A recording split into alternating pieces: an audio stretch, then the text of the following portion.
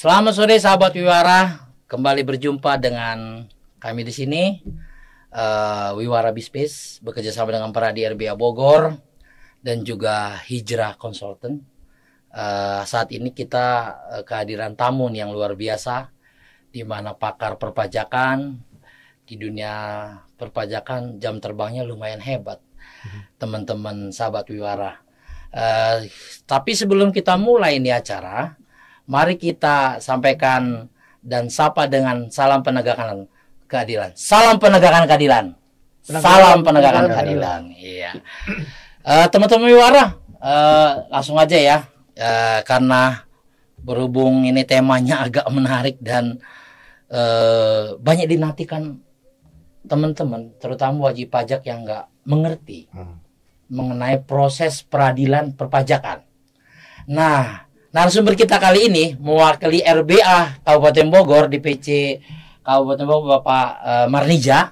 Selamat sore Bang Marnija. Selamat sore. Nah, kebetulan narasumber kita ini Bang Hijrah. Selamat sore Bang Hijrah Habibudin. Selamat sore. Aduh, seger-seger ya. Beliau ini masih muda tapi selain ganteng, smartnya luar biasa nih. Salah satu konsultan ternama loh di Bogor ini. Kota Bogor ya Bang ya? Ya, Kota Bogor. Stay-nya di Kota Bogor Bang? Stay-nya Kota Bogor, kantornya juga di Bogor. Kota Bogor ya. Oh, kenapa nih Bang Marnija kok milihnya beliau nih di dunia hukum sekali nih Bang?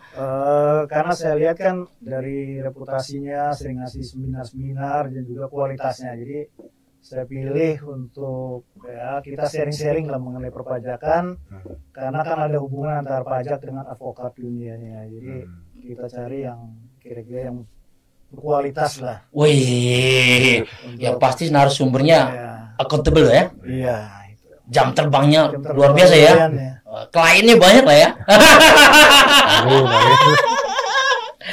Nah, topik kita teman-teman sahabat Wiwara itu mengenai sengketa dan peradilan pajak. Yang kita undang langsung Pak Hijrah Habibudin. Beliau konsultan dengan berbagai latar belakang yang luar biasa nih ya. Mari kita lihat tuh. Waduh, license-nya aja sudah B loh. Kemudian IKH, managing partner daripada KKP Hijrah dan Partner. Selain wajah ganteng, beliau masih muda. Tapi boleh nanti catat nomor kontaknya ya. Khusus konsultasi pajak. Bukan yang lain. Bukan yang lain. Beliau ini sudah mengadakan training atau seminar lumayan banyak loh. Yang bisa dilihat ya di YouTube ya. Bang Hijrah ya. Memberi materi juga di kampus-kampus kali Bang. Ya, kebetulan dosen juga di Institut Pertanian Bogor. Sana ada vokasi D4 akuntansi dan ada mata kuliah pajak internasional. Kita ngisi di situ. Luar biasa, Pak dosen. Satu lagi juga kebetulan di Universitas Indonesia kita pegang 2 mata kuliah, peradilan pajak sama praktek sengketa pajak gitu. Luar biasa.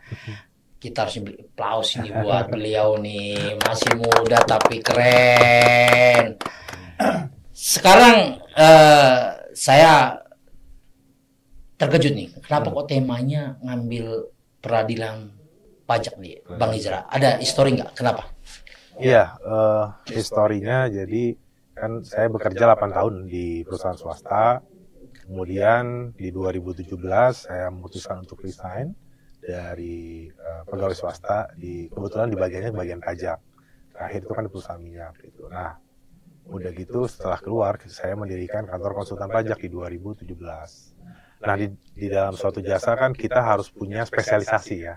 Jadi setelah keluar saya memutuskan untuk membranding diri, spesialisasinya di apa sih gitu kan. Nah, jadi saya sambil perjalanan 1 tahun 2 tahun mulai buka kantor, itu saya menspesialisasikan di sengketa pajak, karena dengan sengketa itu kita belajar proses bisnis, berbagai macam bisnis. Juga kita belajar terus mengupdate dasar hukum, yang memang dasar hukum pajak itu kan setiap saat selalu berubah ya. Dinamis ya. Dinamis, betul. Mengikuti perkembangan zaman ya, dan pemerintahannya ya. Betul. Luar biasa. Nah, itu sih latar belakangnya ya. Ambil spesialis. Nah, pertanyaan saya begini Bang. Orang kan nggak begitu paham ya dengan pengadilan pajak ya. Iya. Taunya selama ini diperiksa oleh KPP, udah keluar SKP, keluar STP, ya berapa menurut mereka mampu dilakukan dia bayar, kalau enggak ya paling melakukan upaya keberatan atau banding gitu. Nah, untuk proses mencapai ke pengadilan pajak itu bagaimana sih, Bang? Ya, mungkin jelaskan secara singkat ya. Artinya tadi sudah dijelaskan oleh Abang bahwa asal mula sengketa itu muncul dari hasil pemeriksaan yang sepakat untuk tidak sepakat istilahnya gitu. Jadi ada beberapa koreksi yang memang dari wajib pajak itu tidak setuju. Mungkin dasar hukumnya keliru atau koreksinya yang keliru juga sehingga memberatkan wajib pajak. Nah, di Undang-Undang Ketentuan Umum dan Tata Cara Perpajakan semua kan diatur hak-haknya wajib pajak. Salah satunya ketika tidak setuju di pemeriksaan, hasilnya itu bisa diajukan ke keberatan di pasal 25 KUP. Dan keberatan itu pun prosesnya kira-kira 12 bulan. Ya, 12 bulan? Iya, proses pemeriksaan keberatan. Nah, memang secara aturan kan harusnya kalau buktinya cukup kuat segala macam kan diterima. Cuman secara praktek hampir 99% ya, Bang Jaja juga pernah menyampaikan dan pengalaman bahwa di level keberatan itu 99% wajib pajak itu ditolak. Gitu. Jadi kita biasanya sebut ya numpang lewat atau kita sebut peradilan semu seperti itu. Nah, setelah keberatan itu ditolak oleh Direktorat Jenderal Pajak kan artinya kan wajib pajak tetap belum setuju atas hasil suatu produk hukum surat ketetapan pajak kurang bayar. Nah, baru di pasal 27 Undang-Undang KUP itu salah satu hak wajib pajak adalah mengajukan banding. Jadi secara formal banding itu dapat diajukan 3 bulan dari surat keputusan keberatan. Setelah keberatan. Nah, setelah keberatan nanti kan keluar SK. Dari tanggal SK itu dikasih waktu 3 bulan ke depan untuk mengajukan upaya hukum berikutnya banding. Nah, banding itu baru masuk ke pengadilan pajak. Sebentar, Bang. Tadi kan 3 bulan setelah surat ketetapan. Ya, surat keputusannya. Keberatan. Kemudian katakanlah tanggal 1 dikirimkan kepada diterbitkan suratnya. Baru kemudian dikirimkan ke wajib pajak. Ternyata baru diterima wajib pajak tanggal 3. Terhitungnya dari tanggal 1 atau tanggal 3 tuh untuk perhitungan 3 bulannya. Kalau ngacu ke undang-undang harusnya sejak diterima ya. Sejak diterima ya. Siap. Cuman kadang-kadang kita konservatif aja ngikutin cari aman ya, mengikuti tanggal suratnya ya. Itu lebih nyaman ya. Dan sekarang sih pengalaman nggak sampai seminggu sih dari tanggal SK itu kan, surat keputusan keberatan. Jadi kita ambil konservatifnya adalah tanggal surat keputusannya aja. Keren. Gitu. Sahabat Wiwara, ingat ya, kalau melakukan upaya banding atau gugatan, ingat tanggal terbitnya surat itu menjadi acuan. Jangan sampai lewat dari situ. Karena 3 bulan itu kesempatan kita untuk menanggapi. Jangan ikutin tanggal terima. Itu debatable. Tapi kalau tanggal surat itu udah pasti aman ya. Aman. Sesuai ketentuan ya. Betul. Karena kita bicara formalnya ya. Ya. Baik. Bang, kalau di pengadilan pajak itu sendiri, apa sih bedanya gugatan dengan banding itu, Bang? Oke. Perbedaan gugatan dan banding, dasar hukumnya kan berbeda. Kalau banding kan di Undang-Undang KUP itu pasal 27, sedangkan gugatan pasal 23. Yang membedakan adalah produk hukumnya yang diajukan ke pengadilan pajak. Kalau banding, itu produk hukumnya adalah surat keputusan keberatan. Itu jalurnya keberatan banding. Nah, kalau surat keputusan di luar surat keputusan keberatan, seperti permohonan pembatalan SKP yang tidak benar, proses pemeriksaan yang tidak dilalui secara prosedur, kemudian penagihan pajak dengan surat paksa yang tidak sesuai prosedur, itu kan semuanya bukan produk dari proses keberatan. Jadi selain dari proses keberatan SK-nya itu baru diajukan gugatan. Jadi selain produk surat keberatan, surat keputusan keberatan itu bisa diajukan gugatan. Lebih dominan ke formalnya kali ya, Bang ya? Iya, betul. Itu untuk gugatan ya. Kalau untuk masa persidangannya apakah sama atau berbeda antara banding dengan gugatan? Kalau untuk proses persidangannya, untuk yang banding, itu proses pemeriksaannya adalah 12 bulan. 12 bulan. Dan dapat diperpanjang 3 bulan. 3 bulan. Atas permintaan kedua belah pihak yang bersangkutan. Nah, kalau gugatan, pengalaman kita itu lebih cepat biasanya. Mungkin 6 bulan jaraknya, karena jarak sidang satu ke berikutnya itu biasanya jedanya 2 mingguan. Tapi kalau banding bisa sebulan, bisa 2 bulan jarak. Antara sidang ke sidang berikutnya. Nah, mengenai gugatan nih ya, seandainya gugatan itu kita ngajukan itu lebih dari 12 bulan tidak diproses, Nah itu gimana tuh? Karena pernah kejadian nih. Jadi 12 bulan itu nggak diproses. Data ini kehilangan di kantor pajak pada saat itu. Ada pindah kantor dari pengadilan pajak, pindah. Nah datanya hilang. Nah kalau yang hilang ini bagaimana nih? Apakah itu memang wajib pajak dimenangkan atau memang harus proses dari awal? Wah, menarik secara tuh. prosedur. Maksudnya ini baru mau ngajuin Sudah gugatan? ngajuin. Oh, sudah ngajuin. Sudah diterima surat-suratnya. Tapi pada saat itu ada pindah. Hilang Pengadilan dokumennya pajak, nggak ketemu tuh dokumen sampai 1 tahun di lebih. pengadilan pajak. Pengadilan pajak. Nah kalau kasus seperti itu, apa yang harus dilakukan wajib pajak? Apakah itu wajib pajak langsung menang, atau kita proses dari awal lagi? Wah, menarik itu. Iya. Kayaknya perlu di dalam itu, Bang. Iya betul. Tapi kalau case itu saya belum pernah ini deh menangani ya. Itu. Wah, menarik tuh, saudara-saudara. Buat PR kita Itu semua. mungkin buat PR kita bersama. Tapi itu kayaknya jarang terjadi ya, langka itu ya. Iya, Itu mungkin 1/1000 kali ya. iya. Karena kalau itu kan maladministrasi namanya ya. Iya. Karena bukan kelalaian dua pihak ini, memang dari pihak pengadilan pajaknya yang mungkin kececer atau Iya, begitu mungkin ya. kececer seperti Oke, itu. oke. Memang kalau itu masih debatable itu ya, menurut saya ya. Karena apa? Karena pihak pajak juga tidak bisa disalahkan karena mereka belum terima atau belum ada pemanggilan untuk bersidang itu beracara, sedang wajib pajak juga belum ada panggilan kan gitu kan. Tetapi menurut ketentuan umum karena sudah lebih dari Lebih 1 tahun. lebih dari 1 tahun, memang haknya untuk kalau saya sih menurut saya ya, harus digugat ke petun sebenarnya itu. Menurut pemahaman saya ya. Tapi nanti mungkin kita bedah lah itu kasus begitu. Menarik itu Pak. Nanti kita bahas itu kayaknya Pak Marnija di segmen berikutnya ini. Kita cari pakarnya Pak. Tapi begini. Kan banyak orang nggak mengerti nih pola mau mengajukan keberatan, mengajukan banding dan gugatan. Tahapannya apa aja sih Bang? Kalau kita mau melakukan itu bagi wajib pajak. Iya. Jadi tahapannya kalau kita akan mengajukan banding ya, pertama itu yang jelas surat keputusan keberatannya harus kita cek dulu tanggalnya tanggal berapa. Karena kan syarat banding ya berdasarkan pasal 27 Undang-Undang KUP, kemudian di Undang-Undang Pengadilan Pajak di pasal 35, 36 dan 37. Pertama, syarat pertama adalah banding itu diajukan dalam jangka waktu 3 bulan. Kemudian ditulis dengan bahasa Indonesia, disertai alasan-alasan, terus membayar sejumlah pajak yang disetujui. Disetujui. Oke. Kemudian diajukan ke pengadilan pajak. Yang berikutnya, 1 surat keputusan keberatan itu untuk 1 surat banding. Surat. Jadi kalau surat keputusannya ada 12, berarti surat bandingnya ada 12. 12. Secara formilnya seperti itu. Begitu. Iya. Buset. Bahkan surat kuasanya pun ya 13 juga. Nah Repot itu juga ya. saya pernah. Jadi surat keputusan keberatan ada 13. 1 PPh Badan, 12 PPN. Surat kuasanya saya 1 di sidang pertama. Akhirnya sama majelis mohon surat kuasanya dibuat sesuai dengan jumlah sengketa. Karena beda keputusan, sudah beda nomornya. Iya, beda nomor, berarti surat keputusannya 13, surat kuasanya 13. Kan kita harus wajib membuat fakta integritas juga 13. Baik itu kuasa maupun direksi ya. Jadi direksi sama kuasa hukum itu wajib bikin fakta integritas dan surat kuasa. Jadi itu aspek formalnya terlebih dahulu. Formalnya. Yang perlu dipahami oleh para wajib pajak yang ingin bersengketa ya.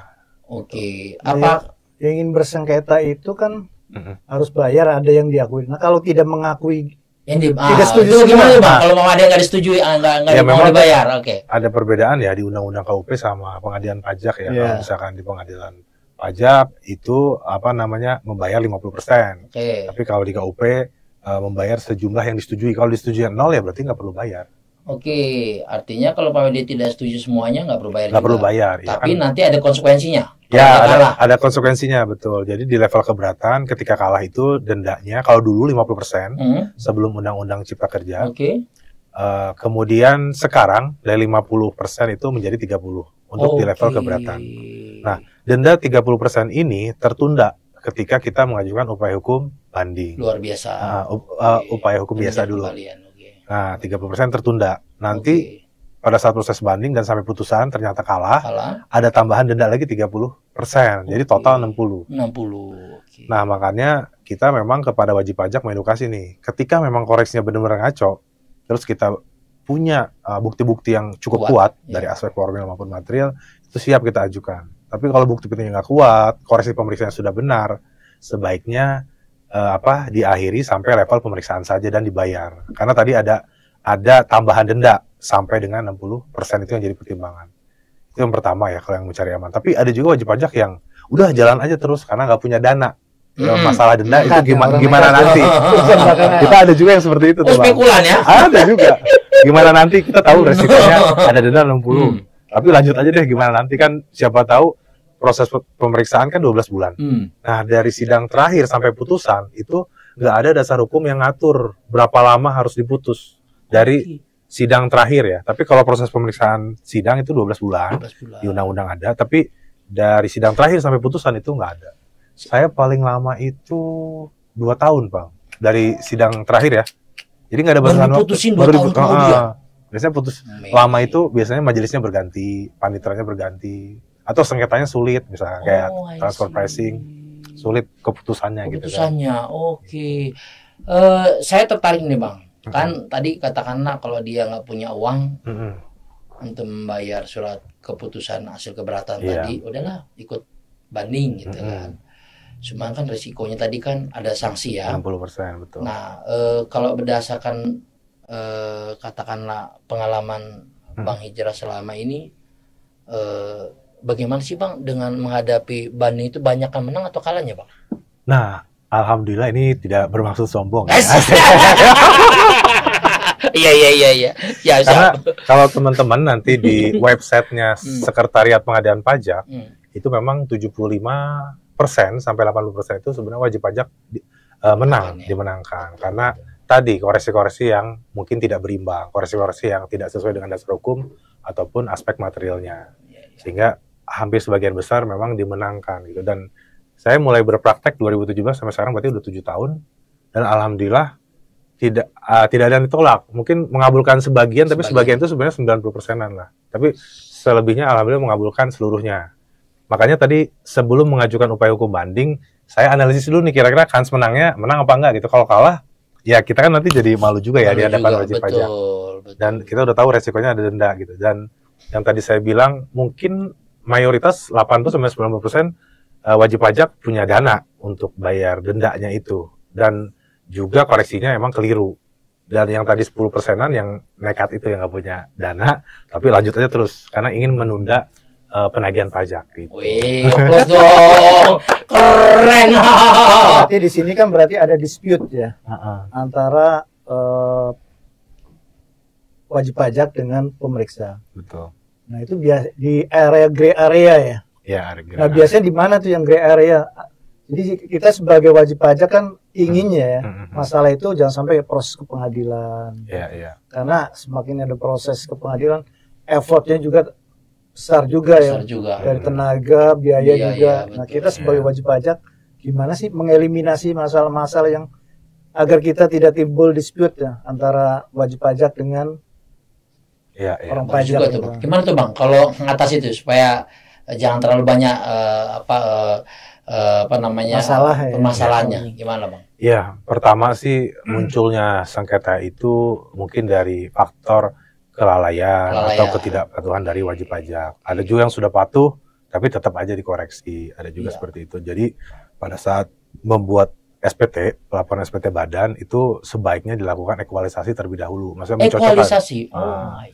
Yang banyak sering misalkan ekualisasi peredaran usaha di omset. Kadang-kadang kan kita menjual aset seperti tanah, mobil, itu yang milik kantor, dicatat sebagai pendapatan lain, tapi lupa dibuatkan faktur pajak. Nah, itu sering terjadi ditemukan pada saat pemeriksaan. Nah, kalau hal seperti itu kan memang WP-nya yang lalai, sebaiknya dibayarkan. Oke. Tapi ada juga di proses peredaran usaha, itu ada namanya uji arus uang. Antara omset sama uang masuk itu disandingkan. Betul. Nah, yang disandingkan itu kan uang masuk tidak hanya pendapatan, mungkin ada juga uang titipan dari anak usaha misalkan, atau ada juga pengkreditan utang dari bank. Nah itu harus dicari perbedaannya di mana. Itu yang sering banyak menjadi sengketa di situ juga. Karena banyakan pemeriksa itu pokoknya uang masuk, oh itu berarti Dianggap omset. penjualan gitu. Biar Sama- cepat. Iya. Ya. Dan tugasnya kita kan membuktikan itu Iya, penjualan itu atau tadi, bukan. Betul. Nah, sepanjang kita tidak bisa membuktikan itu dianggap penjualan dan terus bergulir sampai sengketa. Aduh, teman-teman Wiwara, tuh ingat itu pencatatannya ya, penting itu. Iya. Jadi jangan pernah sekali-sekali mengabaikan atau menyepelekan pencatatan, terutama uang masuk. Iya, betul. Iya benar ya Bang, Ya. itu ya menjadi Wajib kewajiban melakukan sering ekwalisasi, ekwalisasi. Setiap tahun ya. Dan kedua, jangan pernah mencoba-coba untuk mengajukan gugatan atau banding kalau memang faktanya kita memang salah ya. Salah, betul. Mendingan kita lakukan pembetulan untuk kita bayar ya, Iya, betul. supaya tidak repot dan dikenakan sanksi. Itu Bang tadi Iya, ya benar ya pesannya. Wah, keren ini. Benar-benar Pak Hijrah ini luar biasa ya. Masih muda, smart juga, jam terbangnya luar biasa. Bang, kembali lagi nih. Katakanlah kan kalau tadi kita bersidang ada yang banding, ada yang gugatan. Ini apakah hakimnya sama atau beda atau bagaimana Bang? Sama. Sama. Jadi kalau proses acara pemeriksaan biasa, baik gugatan ataupun banding, itu hakimnya 3. Yang biasa. Yang biasa, Oke. pemeriksaan biasa Pemeriksaan ya, hakimnya biasa. 3. Biasa kan ada Oke. hakim ketua di tengah, Oke. hakim anggota 2. Oke. Kalau gugatan? Sama gugatan juga. 3 juga. Iya, 3. Oh, oke. Cuman gugatan bedanya prosesnya biasanya lebih cepat. Oke. Lebih cepat proses pemeriksaannya. Kalau yang hakim tunggal itu gimana Bang? Nah, hakim tunggal itu, jadi itu pengalaman pertama saya 2017, istilahnya salah kamar. Jadi ini kan surat keputusan pembatalan SKP yang tidak benar. Artinya itu kan bukan surat keputusan keberatan.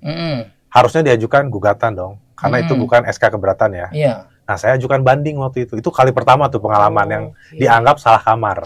Nah, jadi ini pengalaman menarik, jangan sampai terulang kepada wajib pajak yang lain gitu ya. Biarkan saya yang diomelin, diketawain hakim gitu kan, Oke. karena salah kamar. Itu jadi pembelajaran lah buat saya, dan itu baru pertama kali. Jadi SK pasal 36 pembatalan SKP yang tidak benar, saya ajukan banding. Akhirnya itu dapat surat undangan adalah acara cepat. Nah, saya pikir acara cepat itu cepat putus dan cepat cair kan honornya, ternyata enggak. Nah, acara cepat itu hakimnya tunggal. Oke. Nah, acara cepat itu hakimnya tunggal, itu biasanya pemenuhan formal gugatan ataupun banding itu salah atau keliru secara formal. Jadi nanti dari sidang acara cepat diputuskan apakah surat permohonan kita, gugatan atau banding memenuhi ketentuan formal atau tidak. Kalau memenuhi atas pertimbangan hakim tunggal itu, bisa dilanjut ke acara biasa.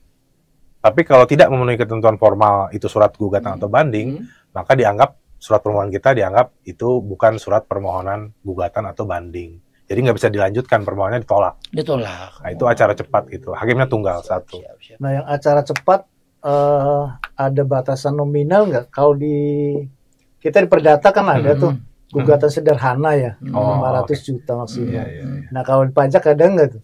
Kalau di pajak sepertinya tidak ada. Tidak ada nominalnya. Terus batas untuk nominal. kita sebagai wajib pajak, pengennya kan masalah itu cepat selesai ya. Iya. Nah, kalau memang ada yang cepat, prosesnya apa sih yang masuk ke acara cepat itu gitu? Nah, iya. Persyaratan apa yang kira bisa masuk ke kamar itu gitu? Nah, itu kalau di pengadilan pajak, kalau proses acara cepat itu adalah proses ketika pemenuhan permohonan gugatan dan bandingnya tidak memenuhi ketentuan formal biasanya. Itu masuk ke acara cepat. Itu karena benar-benar harus dicepat. Kenapa? Karena takutnya kalau misalkan banding kelewat 3 bulan atau apa gitu. Karena butuh putusan cepat ya Bang Harus ya. cepat. Itu ya. Takutnya nanti kemenuhan formal upaya hukum lainnya tidak terpenuhi. Gitu. Luar biasa ya beliau ya. Padahal bukan background hukum loh ya. Hukum juga. Hukumnya tapi baru. Baru ya. Oh. Jadi mungkin 2020 saya baru ngambil baru S1 ambil hukum. hukum. Oh, siap. Saya orang pikir kan WP dikira lawyer. Iya. Ternyata saya nggak bisa berbicara di pengadilan agama, negeri itu nggak bisa karena bukan advokat kan. Hanya bisa di pengadilan pajak. Oh. Nah, di perjalanan karena banyak minta pendampingan hukum. Mau tidak mau ya. Ternyata mau nggak mau Belajar juga sekali lagi ya. sekolah lagi S1. Berarti sama banget. Orang dulu berpikir kalau kuasa hukum pajak berarti lawyer gitu ya. Iya, Padahal belum tentu. Benar, keren. Teman-teman, sahabat Wiwara, ini luar biasa ya. Tadi sudah kita kulik ya. Pertama, antara apa bedanya gugatan dan banding, udah paham ya. Kedua, jangka waktunya juga udah tahu ya. Kemudian kalau memang kira-kira secara data tidak kuat, jangan coba-coba mengajukan gugatan atau banding. Kenapa? Karena ada sanksi, khususnya bagi yang banding. Kalau gugatan memang sih tidak ada sanksi, tapi itu ngabisin energi gitu ya. Keempat tadi yang disampaikan beliau, ingat harus uang. Ya, itu ya, Bang, uji ya, arus uang. Uji arus uang itu penting. Artinya ekualisasi number one. Sebelum kita mau fight dengan DJP, baik itu pemeriksa maupun katakanlah pihak tergugatnya di pengadilan pajak, ekualisasi pastikan dulu. Itu. Nah, sekarang gini, Bang. Kasus apa sih, Bang, yang terbesar yang Abang tangani di pengadilan pajak, Bang? Jangan sebut nama PT-nya lah, cuman kira-kira bidang apa, Bang? Ya, yang terbesar mungkin ada di bidang perfilman. Perfilman ya. Itu sengketanya cukup besar. Persediaan filmnya sampai 84 miliar. Waduh. Kemudian waktu itu sawit juga sengketa SKPKB-nya sampai 10 miliar. Waduh, gitu ya. Dan alhamdulillah dulunya dikabulkan seluruhnya. Markotop.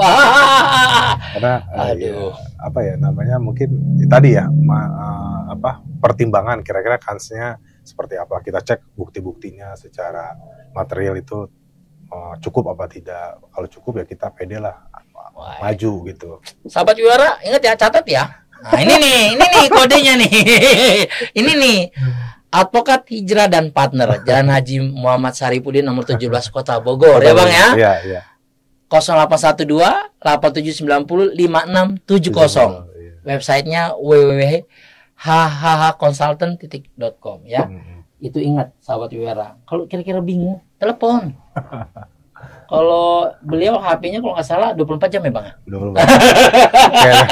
Kayak dokter ya? Dokter. Sima tuh, Bang.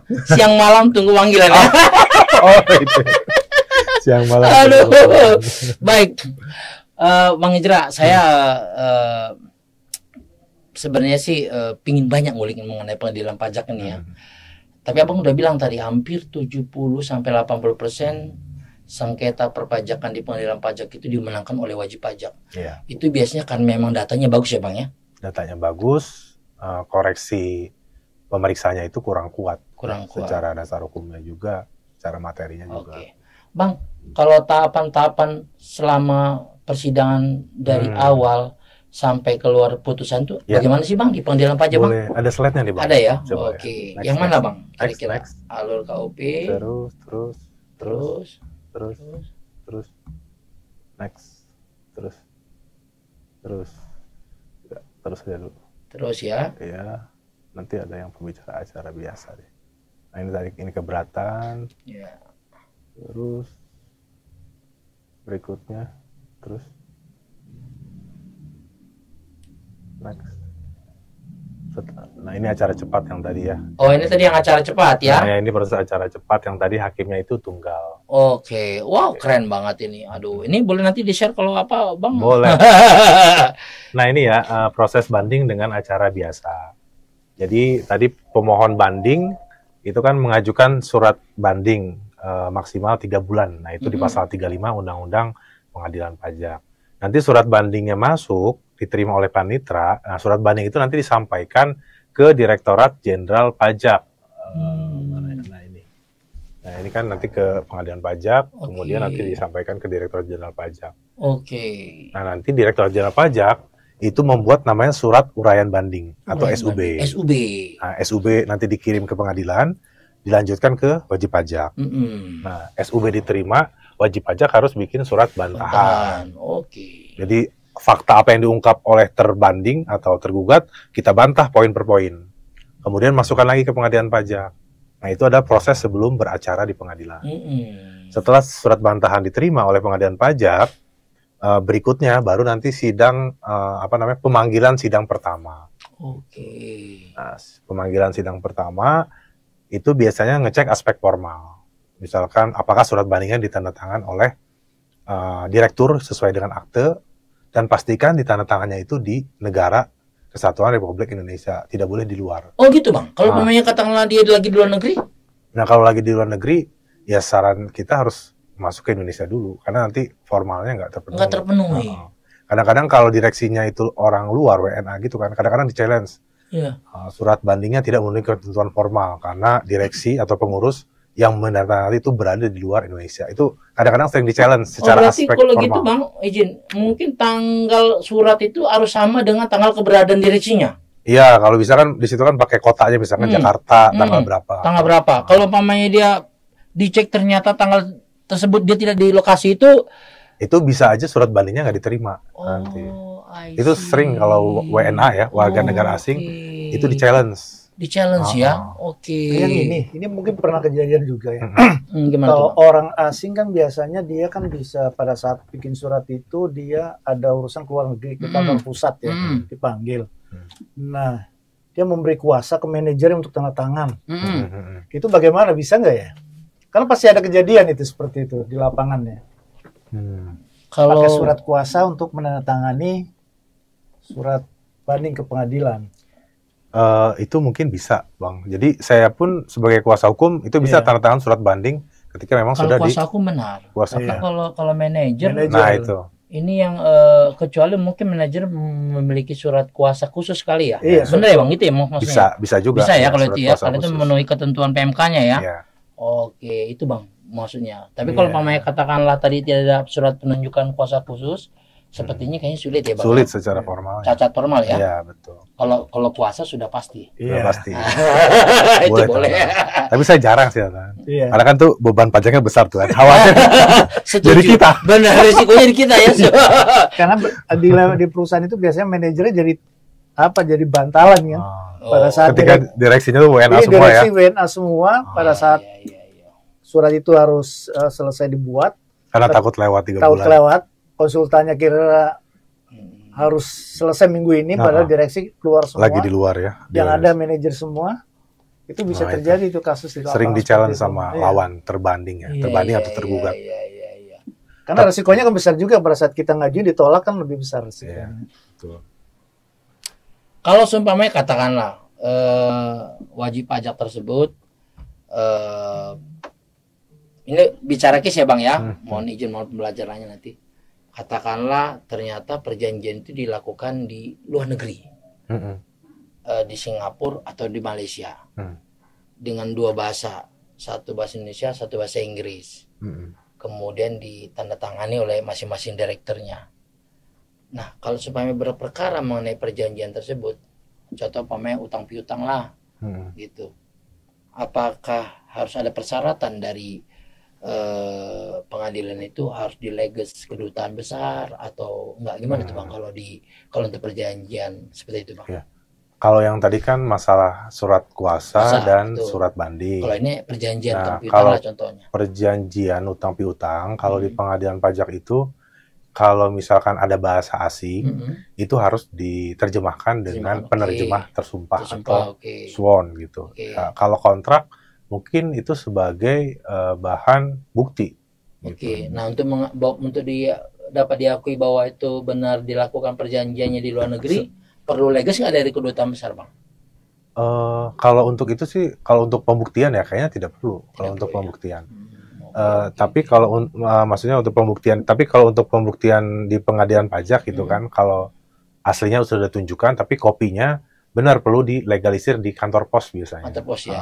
Kalau memang ada di Indonesia, tapi kalau di luar ya mungkin tinggal di print aja, kemudian dileges di kantor pos. Nggak takut kita di challenge sama belum sih, belum pernah. Karena dia bilang, oh itu nggak sah, orang nggak ada pengakuan dari luar negeri kok ditandatangani di Kuala Lumpur, contohnya begitu kan. Nah, mengenai bukti ini biasanya ya, kalau ngajuin kan kadang-kadang belum tentu delegas semua tuh.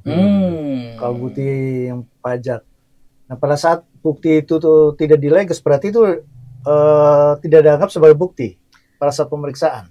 Pengalaman kita sih biasanya satu bendel itu leges, jangan satu halaman satu leges kan biayanya lumayan juga, apalagi sekarang 10.000. Jadi satu bendel misalkan kontrak ya udah satu bendel itu depannya aja. Terus misalkan akte pendirian atau perubahan itu satu aja di bendel depannya.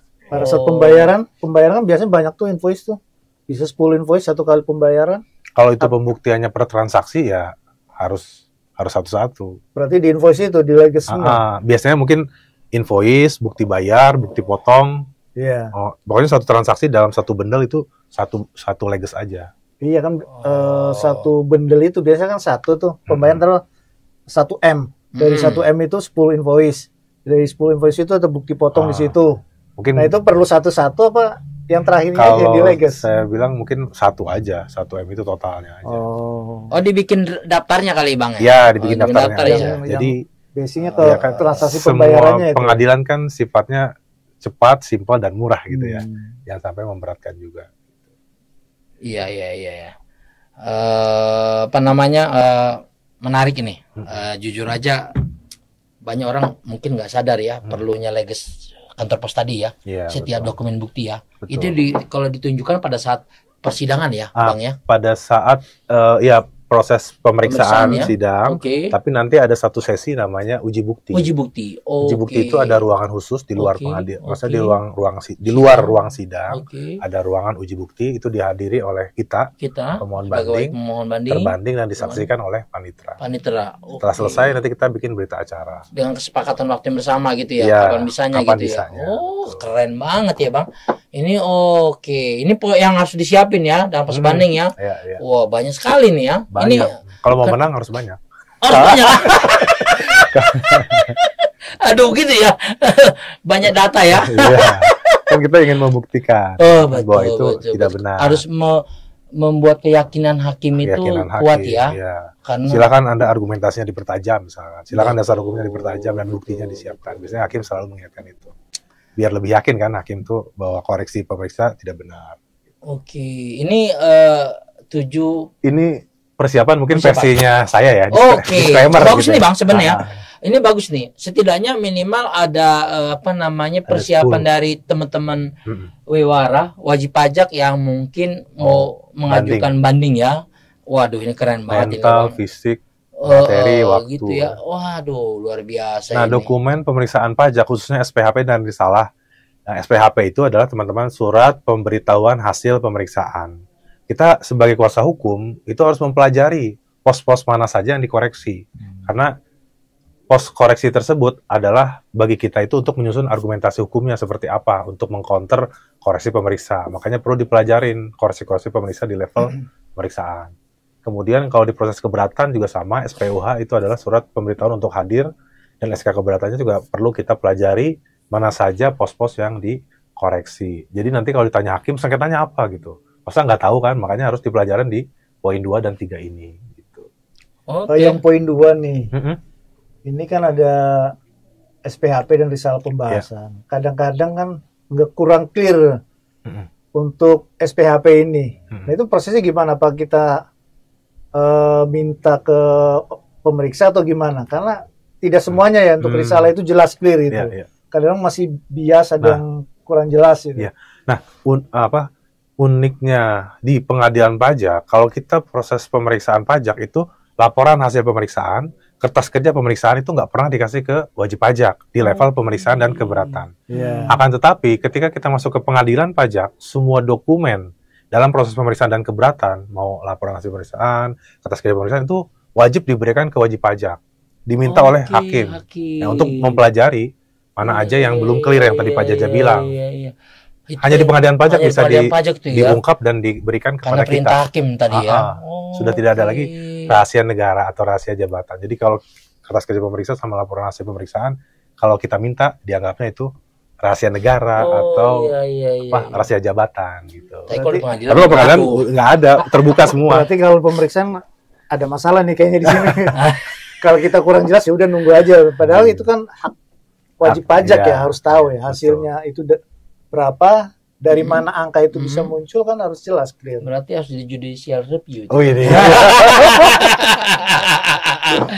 Oke Bang, tadi saya banyak nih masukan yang udah luar biasa hari ini. Saya dapat ilmu banyak banget dari beliau nih mengenai banding dan gugatan ini.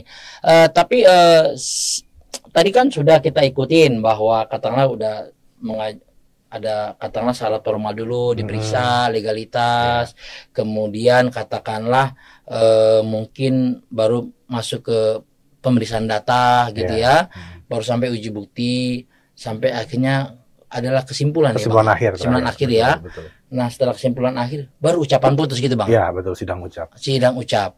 Artinya kalau dari mulai start awal sampai katakanlah pengucapan kesimpulan itu tidak lebih dari setahun plus 3 bulan tadi ya? 12 bulan atau plus lebih 3 bulan. Plus 3 bulan tadi itu ya Bang ya? Iya, itu namanya proses pemeriksaan. Teman catat. Proses dari awal tadi dari kita mulai memasukkan permohonan sampai katakanlah sidang dimulai sampai dengan katakanlah kesimpulan akhir itu tidak lebih dari 12 bulan atau plus 3 bulan. Plus 3 bulan bisa diperpanjang. Nah, kalau ucapan itu tidak dijangka waktu. Tidak ada ketentuannya Bang ya. Kalau di pengadilan negeri gimana tuh? Pengadilan tinggi gitu. Kalau pengadilan negeri biasanya sih hampir sama juga, tapi nggak nyampe 2 tahun.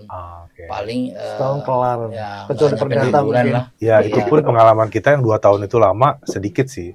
Rata-rata itu paling cepat saya pernah yang 1 bulan pernah. Langsung ya? Jadi sidang terakhir bulan depan tiba-tiba ucap. Saya pikir kalau cepat itu biasanya ditolak kan, saya udah agak deg-degan gitu.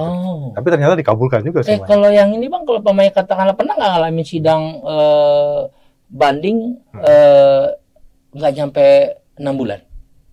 Oh, ada juga. Ada juga ya? Ketika materinya sedikit, hakimnya dianggap sudah memahami. Jadi kan rata-rata tuh 8 sampai 12 kali sidang, itu 12 bulan. Tapi pernah juga saya hanya 5 kali sidang, 6 kali sidang, dianggap cukup. Keren, kalau hakimnya sudah paham, nggak perlu berlama-lama. Iya, ya, datanya udah jelas ya. Bisa jadi mungkin karena pemeriksaannya slip lah gitu ya. Kan tulisannya kan maksimal. Maksimal.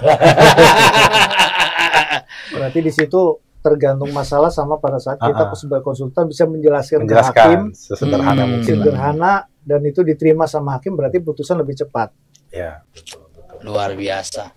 Oke Bang, ini tadi kita udah menarik nih, udah ngulik nih dari A sampai Z-nya pengadilan pajak. Selama bersidang di pengadilan pajak itu, apakah pernah Bang punya kasus gini? Contoh, kasusnya sama, bisnisnya sama, hanya karena tahun pajaknya beda, kemudian dua-duanya disengketakan. Yang satu dimenangkan, yang satu dikalahkan. Padahal ini samalah kira-kira gambarannya gitu. Pernah alami gitu Bang? Kalau yang saya sebagai kuasa belum pernah. Belum pernah. Tapi maksudnya kalau cerita dari teman-teman, misalkan sengketanya PPN, kan biasanya ada 12 Januari sampai Desember. Itu 12-nya putusnya ada yang beda-beda. Jadi 7 diterima, misalkan 5 ditolak. Padahal kan substansinya sama yang dikoreksi. Sama, benar. Itu ada. Ada ya? Ya, mungkin bisa juga yang 5-nya buktinya nggak cukup. Walaupun secara substansi sama-sama koreksinya misalkan lemah. Ada juga seperti itu. Logis. Jadi saya sering dapat cerita dari dosen saya dulu yang sering ngajar, yang memang berpraktik di pengadilan lebih dulu. 12 sengketa, 7 diterima, 5 ditolak. Padahal sama itu. Gitu. Tapi kalau saya alhamdulillah belum mengalami. Belum alami ya? Makanya ketika kita menghadapi suatu sengketa itu saya biasanya cari putusan yang sejenis jurisprudensi. Kenapa? Untuk mengasah argumentasi kita. Nyusun argumentasi hukum tuh mungkin dari putusan sebelumnya kan ada tuh sedikit clue-cluenya apa gitu. Jadi harus kuasa hukum tuh harus rajin-rajin baca putusan yang sejenis lah gitu. Mungkin yang tadi itu mungkin biasanya itu PPN itu. Iya, PPN. Kasus PPN kan biasanya dibikin 1 bulan untuk menghindari denda ya, koreksi. Nah, kadang-kadang kan vendor belum bayar, PP-nya belum bayar. Kadang-kadang ada yang ngebayar, yang satu diterima karena itu tidak pajak-pajaknya tidak double taxation, diterima sama majelis bahwa itu dianggap sebagai pajak masukan. Ada majelis lain tidak dianggap sebagai pajak masukan. Nah, itu karena yang vendornya nggak diserahkan, belum bayar PPN. Nah, itu bisa terjadi itu putus itu. Wah, ada ya. Iya. Karena orang berpikir, wah ini sama kok, tapi kok kasusnya sama, tapi ini jangan-jangan maaf yang ngomong hakimnya bermain nih kalau gitu kan. Karena begitu pemikirannya ya. Jadi ingat teman-teman ya, bukan karena walaupun dia linear, katakan hampir sejenis lah ya, belum tentu. Jadi ada benar kata Bang Jaja dan Bang Jaja tadi bahwa ada kemungkinan faktor-faktor lain yang tidak memenuhi ketentuan sehingga itu mengambil hakim dalam hal ini memutuskan menolaknya atau menerima sebagian gitu ya Bang ya. Oke Bang, ini nggak kerasan waktunya nih, kita ngobrol-ngobrol gini aja nggak kerasa ini. Tapi mungkin saya mau tanya satu lagi Bang. Kalau seumpamanya katakanlah, oh ternyata saya nggak puas juga nih keberatan banding dan gugatan ini karena ditolak oleh majelis hakim. Apa upaya berikutnya Bang yang harus saya lakukan? Iya, upaya berikutnya. Jadi kalau di pengadilan pajak kan ini pengadilan yang berada di bawah TUN, Peradilan Tata Usaha Negara. Jadi banding itu adalah memeriksa dan memutus adalah upaya hukum pertama dan terakhir. Final and banding. Ya, upaya hukum biasa. Biasa, Gitu. oke. Tapi juga tetap diatur ada upaya hukum luar biasa. Oke. Ketika memang putusan pengadilan pajak dirasa oleh wajib pajak tidak sesuai, tidak puas, Oke. bisa mengajukan upaya hukum luar biasa ke Mahkamah Agung. Oh, ke Mahkamah Ya, Agung. PK, betul. Oke. Yaitu peninjauan kembali. Prosesnya sama kah atau gimana Bang kalau untuk Kalau proses PK itu lebih ke surat menyurat sih. Surat Jadi menyurat. tidak ada sidang lagi. Jadi kita menyusun peninjauan kembali. Kalau kita posisinya kalah ya kan, nanti lawan DJP itu berarti membuat kontra memori PK.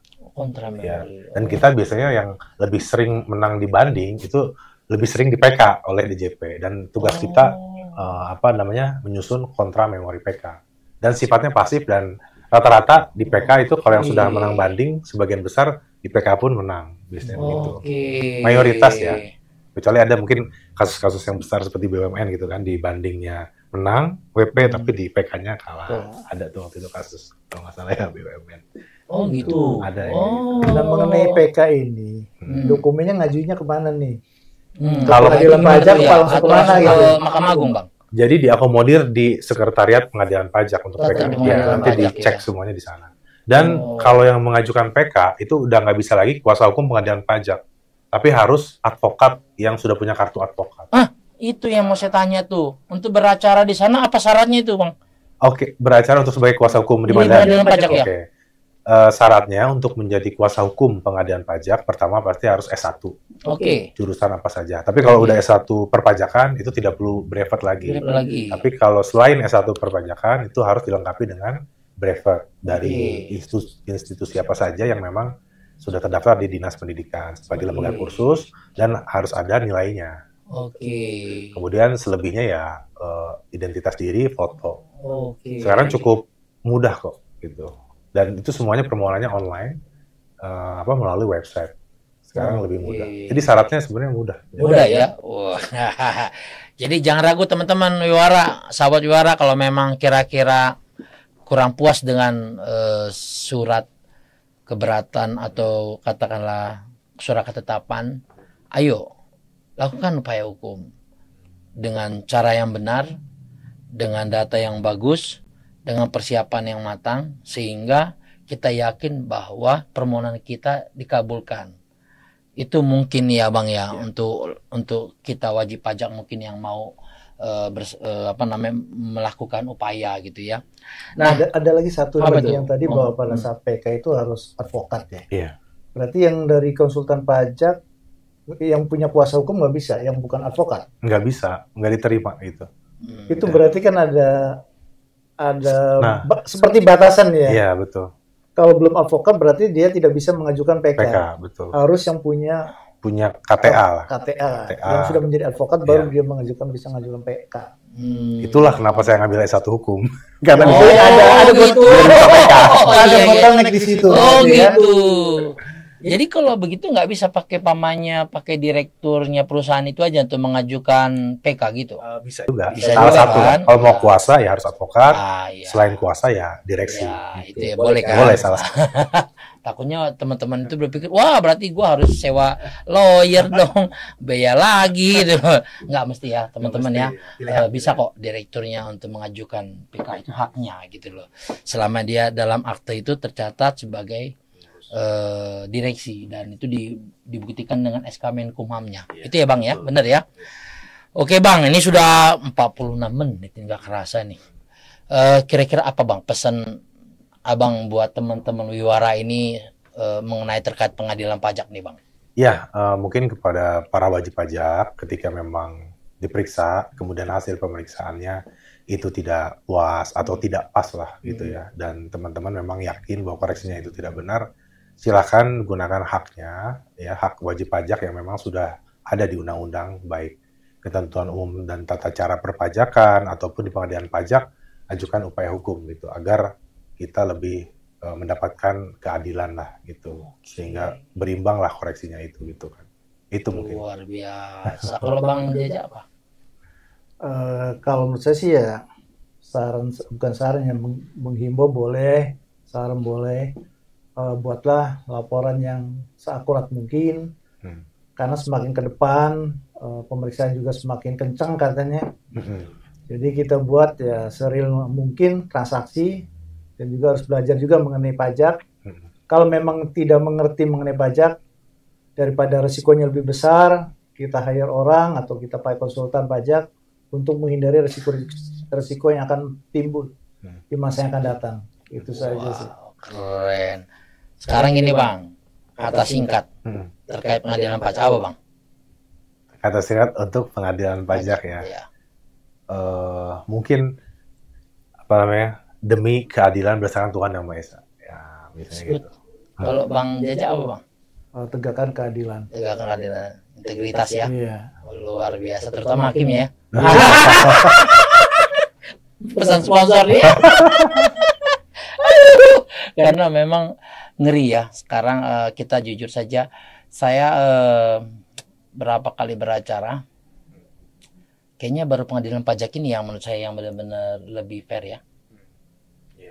Terbukti dengan putusan-putusannya yang hampir 80% memenangkan wajib pajak ya Bang, ya benar ya.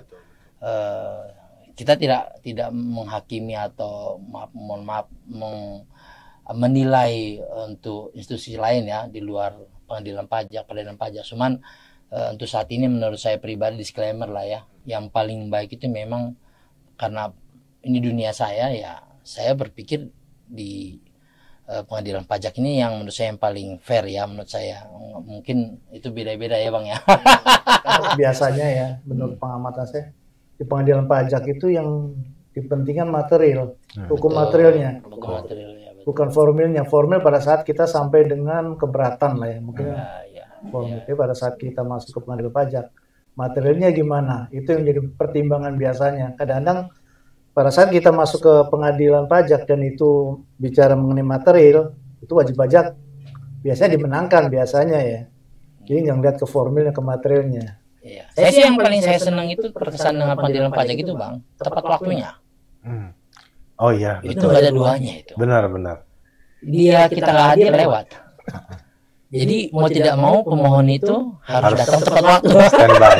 Biasanya jam 9. Kalau dulu kan ngisi absen ya, siapa yang absen pertama, pertama. Tapi kalau sekarang enggak, berdasarkan abjad ya. A sampai Z. Kalau PT-nya A duluan.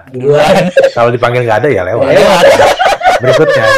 Makanya itu salah satu kelebihan menurut saya ya pengadilan pajak ini ya. Oke, teman-teman Wiwara, ini saya baru kupas setengahnya nih mengenai pengadilan pajak. Kalau kasus-kasus ini banyak, terutama narasumber kita ini yang sudah menangani beberapa bidang industri dalam hal berperkara di pengadilan pajak. Pak Marlija juga, Pak Jaja ini juga sama juga, apalagi hostnya. Hostnya udah nggak ngerti lagi dah tuh.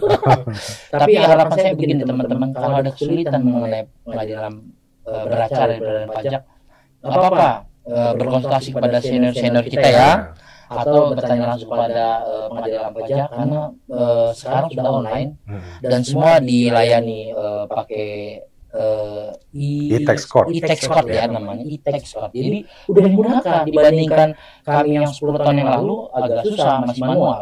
Kalau sekarang ini sudah canggih ya Bang ya.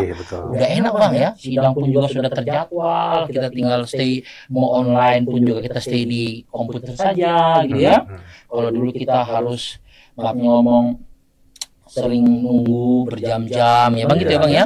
Kalau sekarang kita bisa dimanapun kita bersidang gitu Bang ya, kecuali kalau memang harus tatap muka ya, itu mau tidak mau hadir.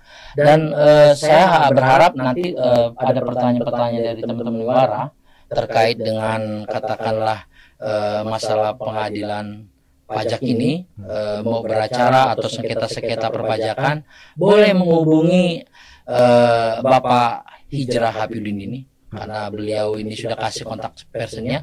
Tolong dicatat nanti teman-teman sahabat Wiwara, atau datang langsung ke kantor beliau di Jalan HM Saripudin nomor 17 Kota Bogor. Ini tepatnya di mana Bang lokasinya Bang?